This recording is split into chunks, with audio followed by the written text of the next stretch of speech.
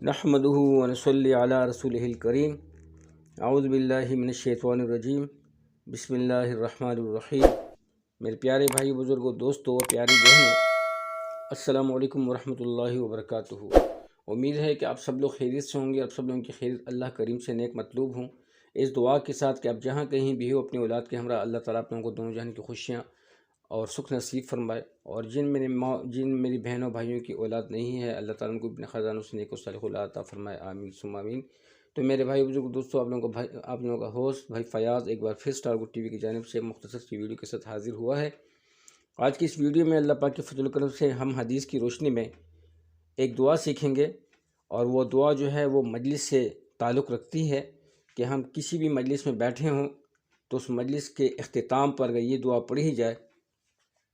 تو اس دعا کے پڑھنے سے اگر اس مجلس میں ایسی کوئی بات ہو گئی ہو جو اللہ تعالیٰ کی ناراضگی کا سبب ہو تو وہ سارا جو ہے نا وہ گناہ وہ خطا معاف ہو جاتے ہیں دعا کی برکت سے۔ اور یہ جو دعا ہے جس کو میں بیان کرنے والا ہوں،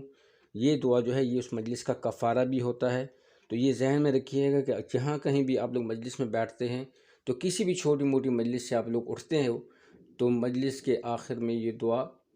لازمی پڑھتے رہو۔ اس کی بہت بڑی فضیلت ہے، بہت بڑا فائدہ ہے، دینی مجلس ہو، دنیاوی مجلس ہو، چونکہ ہم لوگ دنیا میں رہتے ہیں، بستے ہیں،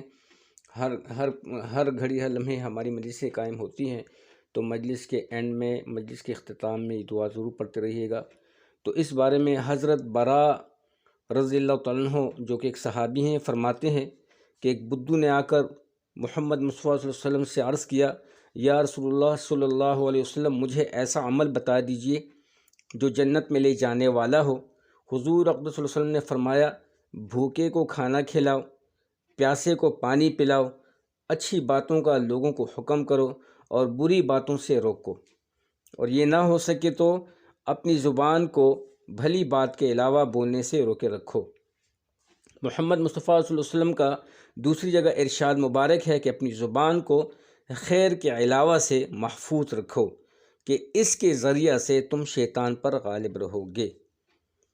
تو ان سے میرے بھائیو بزرگو دوستو یہ بات معلوم ہوتی ہے کہ زبان کا مسئلہ جو ہے یہ انتہائی اہم مسئلہ ہے، جس سے ہم لوگ بالکل غافل ہیں، جو چاہا زبان سے کہہ دیا۔ حالانکہ اللہ جل شانہ کے دو نگہبان ہر وقت،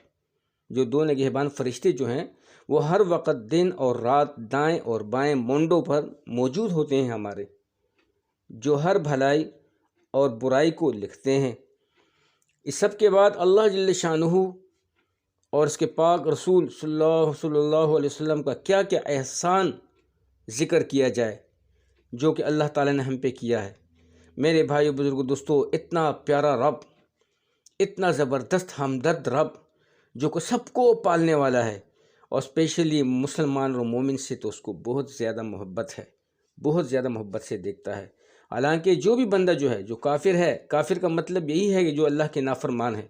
اللہ تعالیٰ کے حق نافرمان ہے،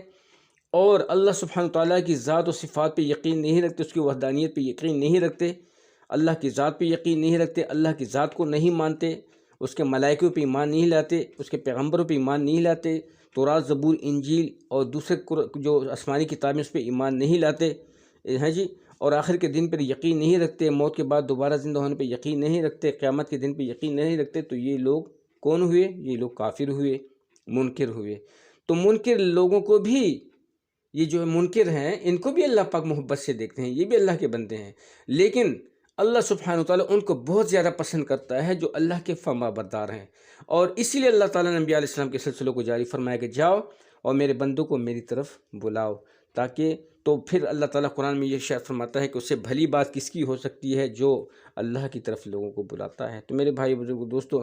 اس سب کے بعد اللہ جل شانہ اس کے پاک رسول صلی اللہ علیہ وسلم کے کیا کیا احسانات کا ہم ذکر کریں۔ آدمی سے بے اتفاقی میں فضول بات نکل جاتی ہے۔ حضور اقدس صلی اللہ علیہ وسلم نے فرمایا کہ مجلس کا کفارہ ادا کر لیا کرو، جب بھی کسی مجلس سے اٹھو تو اس کا کفارہ ادا کر لیا کرو، اور اس مجلس کے کفارہ کے جو الفاظ ہیں وہ یہ ہیں کہ سبحانک اللہم و بحمدک اشہد اللہ الہ الا انت استغفرک و اتوب الیک۔ سبحانک اللہم و بحمدک اشہد اللہ الہ الا انت استغفرک واتوب الیک سبحانک اللہم وبحمدک اشہد اللہ الہ الا انت استغفرک واتوب الیک۔ امید ہے کہ یہ دعا آپ لوگوں نے سیکھی ہوگی میرے بھائیوں بزرگوں دوستوں۔ خوشی اور محبت سے دین کے کام کو سیکھتے رہیے گا، دین کو پھیلاتے رہیے گا، اور محمد صلی اللہ علیہ وسلم کو بعد طریقے پہ زندگی گزارتے رہیے گا۔ سب کے ساتھ احسان کرتے رہیے گا۔ ویڈیو کو ضرور لائک کیجیے گا اور ہمارے چینل کو ضرور سبسکرائب کیجیے گا، اور پیار محبت سے رہیے گا۔ بہت بہت شکریہ، اپنی دعا میں یاد رکھیے گا، جیتے رہیں، آباد رہیں۔ تو السلام علیکم ورحمۃ اللہ وبرکاتہ۔